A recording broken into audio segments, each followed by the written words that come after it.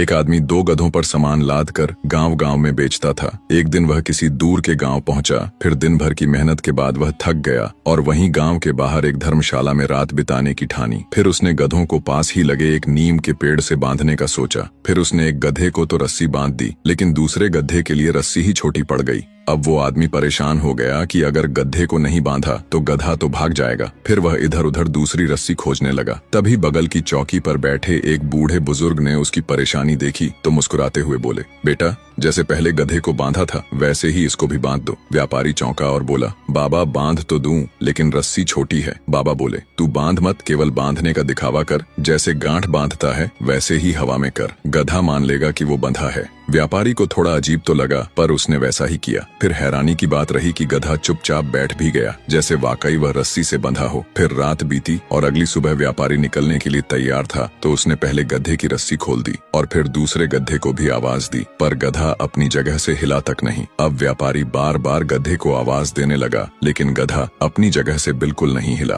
तभी वही बुजुर्ग मुस्कुराए और बोले, बेटा, तुझे पता है कि तूने रस्सी नहीं बांधी थी, लेकिन उस गधे को तो लगता है कि वो अभी भी बंधा है, इसलिए अब उसे उठाना है तो पहले वह काल्पनिक रस्सी खोलनी होगी। अब व्यापारी ने फिर से हवा में रस्सी खोलने का नाटक किया और फिर वही हुआ जो होना था। गधा फिर तुरंत खड़ा हो चलने को तैयार हो गया। फिर बुजुर्ग ने कहा, बेटा, गधा सिर्फ अपनी सोच की रस्सी से बंधा था, असली रस्सी से नहीं। ठीक ऐसे ही हम इंसान भी कई अदृश्य डर, भ्रम और पुरानी सोच से बंधे रहते हैं और हमेशा सोचते हैं कि कोई हमें रोके हुए है, पर असल में हम खुद ही खुद को रोके हुए होते हैं। इसीलिए जब तक वो काल्पनिक रस्सी नहीं खोलोगे, आगे बढ़ना मुश्किल है।